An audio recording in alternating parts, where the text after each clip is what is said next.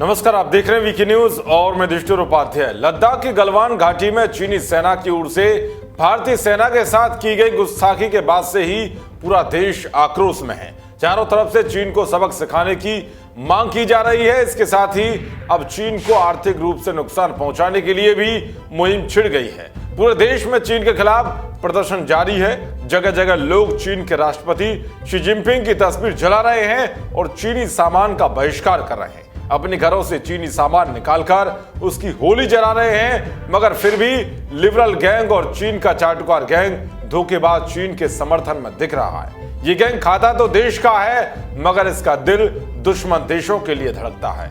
इसी गैंग के मेंबर और एमनेस्टी इंडिया के पूर्व प्रमुख आकार पटेल ने चीन से युद्ध जैसे हालातों के बीच चीन के समर्थन में ऐसा वाहियात और घटिया बयान दिया है जिसे सुनकर हर हिंदुस्तानी गुस्से से लाल हो जाएगा। दरअसल आकार पटेल ने चीन के बजाय बीजेपी को देश का दुश्मन बताते हुए कहा है कि उन्हें भारत माता की परवाह नहीं है।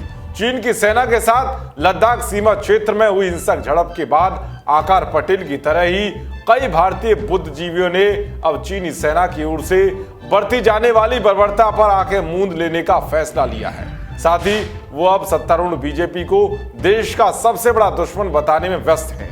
भारत और चीन के बीच चल रहे गतिरोध के बीच एमनेस्टी इंडिया के पूर्व प्रमुख आकार पटेल ने ट्विटर पर कहा है कि देश का दुश्मन भाजपा है, न कि चीन। आकार पटेल ने दावा किया है कि उन्हें जनसंघ या भाजपा के मूल दस्तावेजों में चीन का कोई संदर्भ नहीं मिला। हालांकि उन्होंने कहा है कि उन्हें इसमें भारतीय मुसलमानों को देश का दुश्मन होने के लिए कई संदर्भ मिले हैं। विवादों में घिरे रहने वाले आकार पटेल ने सत्तारूढ़ भाजपा के खिलाफ गंभीर दावे किए हैं और आरोप लगाया है कि भाजपा देश के मुसलमानों से घृणा करती है। आकार पटेल ने ट्वीट में लिखा है कि भाजपा के लिए चीन कभी भी दुश्मन नहीं था, ना ही है। जब तक वो उन भारतीयों को ठीक नहीं कर सकते हैं जिनसे कि वो नफरत करते हैं, तब तक उन्हें इसकी परवाह नहीं कि भारत माता के साथ क्या हो रहा है।